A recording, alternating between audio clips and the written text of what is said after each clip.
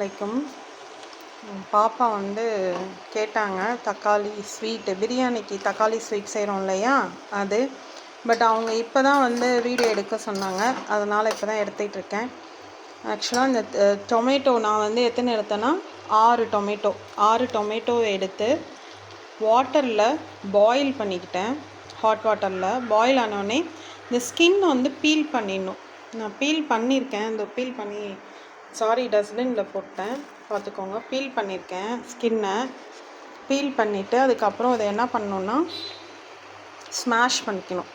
Smash பண்ணிவிட்டு வேறு ஒன்றுமே ஆட் பண்ணாதீங்க. இந்த மாதிரி வச்சு சிம்மில் அடுப்பு வந்து சிம்மில் தான் இருக்கணும். சிம்மில் வச்சுட்டு இதை அப்படியே கிளறி கொடுத்துட்டே இருக்குங்க. இதில் வந்து நான் 4 டேட்ஸ் போட்டிருக்கேன். நான் இதை அப்படியே கிளறி கொடுத்துக்கிட்டே இருங்க. இந்த தக்காளி ஸ்மெல் வந்து போகணும். நல்லா கொஞ்சம் நேரம் வச்சுருக்கணும். நான் கிட்டத்தட்ட இப்போ ½ அன் ஹவராக வச்சுருக்கேன். இதை அப்படியே இதை பாருங்கள். இந்த ஸ்கின் கொஞ்சம் கட்டி கட்டியாக இருக்கும் இல்லையா, நம்ம என்ன தான் பாயில் பண்ணாலும் அதெல்லாம் இந்த மாதிரி ஆகணும். அது வரை அப்படியே வச்சுருக்கணும். அப்படியே இருக்கட்டும். இப்போ இங்கே பாருங்கள், கலர் நல்லா சேஞ்ச் ஆயிடுச்சு. இந்த ஸ்டேஜில் பார்த்தீங்களா, கலர் பாருங்கள் சேஞ்ச் ஆயிடுச்சா. இந்த ஸ்டேஜில் நம்ம என்ன செய்யணும்னா, இப்போ இந்த ஸ்டேஜில் சுகர், பிரியாணின்னும் போது கொஞ்சம் ஸ்வீட்டாக சாப்பிட்டா அந்த வந்து டைஜஷன் ஆகும் இல்லையா, அதனால் ஸ்வீட் பாருங்கள். சுகர் டிபெண்ட்ஸ் தான் உங்களுக்கு. 3, 4, 5. நான் வந்து 6 டொமேட்டோஸ் எடுத்தேன், அதனால் 6, 7, 8, 9, 10. ஏன்னா என்னோடய கிட்ஸ் வந்து அவங்க 2 பேரும் கொஞ்சம் ஸ்வீட் சாப்பிடுவாங்க, அதனால் ஆட் பண்ணிவிட்டு எகெயின் இந்த மாதிரி கொஞ்சம் கிளறி விடணும். ஆட் பண்ணோடனே கொஞ்சம் தண்ணி விடும் பாருங்க. கொஞ்சம் தண்ணி விட்டுருக்கு பாருங்க. தண்ணி விடுதா, இந்த மாதிரி தண்ணி விடும். அது அப்படியே இருக்கட்டும்.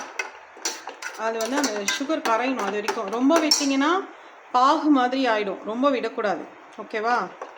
இதெல்லாம் சுகர் இருக்கு என்னது, அது அப்படியே இருக்கட்டும். இதுக்குள்ளார நெக்ஸ்ட்டு வந்து என்ன செய்யணும்னா, நெக்ஸ்ட்டு வந்து இப்போ இதுக்கு தாளிப்பு கொடுக்கணும்.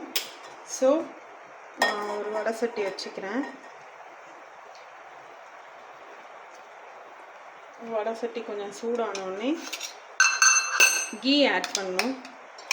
கீ வந்து நான் வீட்டில் உருக்கின நெய் தான் யூஸ் பண்ணுவேன் பசங்களுக்கு, பட்ரு. இப்போது இந்த கீ வந்து மெல்ட் ஆயிடுச்சுன்னா ஹெல்த்துக்கு நல்லது தான். ஸோ அது மெல்ட் ஆகட்டும்.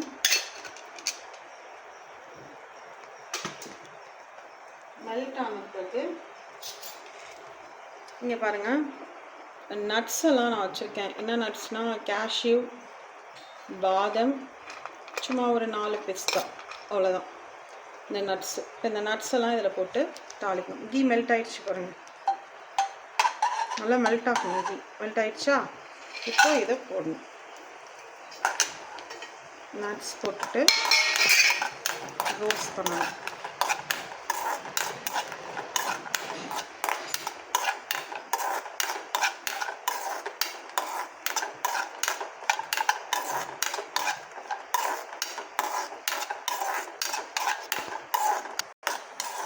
இப்போ பாருங்கள், நல்லா ரோஸ்ட் ஆகிடுச்சு. ஓகேவா? இது போதும். ரொம்ப கருக விட்டிங்கன்னா ரொம்ப க்ரன்ச்சியாக இருக்கும், நல்லா இருக்காது தக்காளிக்கு.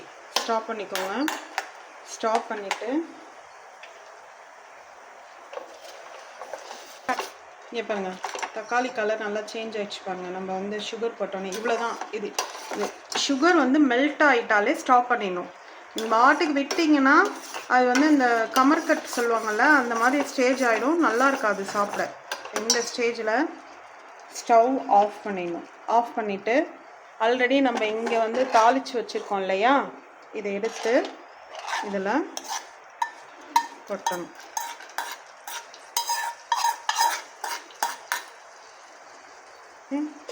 இது கூட நான் எப்போவும் இப்படி தான் செய்வேன் எங்கள் வீட்டில்.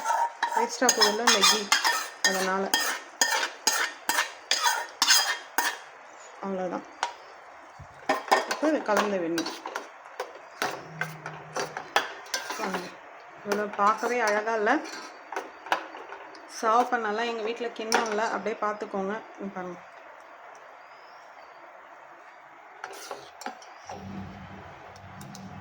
அவ்வளோதான்.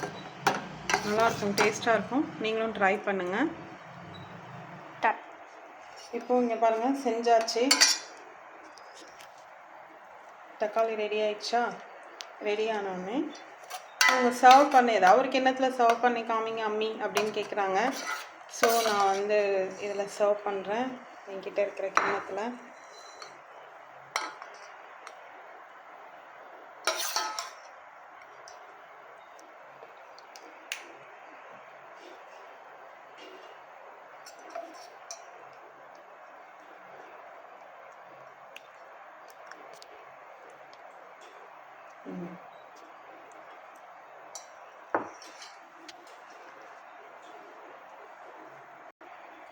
பாருங்கள், நம்ம செஞ்ச டொமேட்டோ ரெடி ஆயிடுச்சு.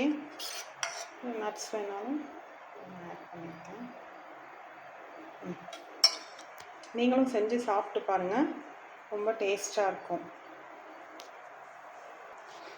இந்த வீடியோ உங்களுக்கு பிடிச்சிருந்தா லைக் பண்ணுங்கள், ஷேர் பண்ணுங்கள், கமெண்ட் பண்ணுங்கள், மறக்காமல் சப்ஸ்கிரைப் பண்ணிடுங்க. பாய்.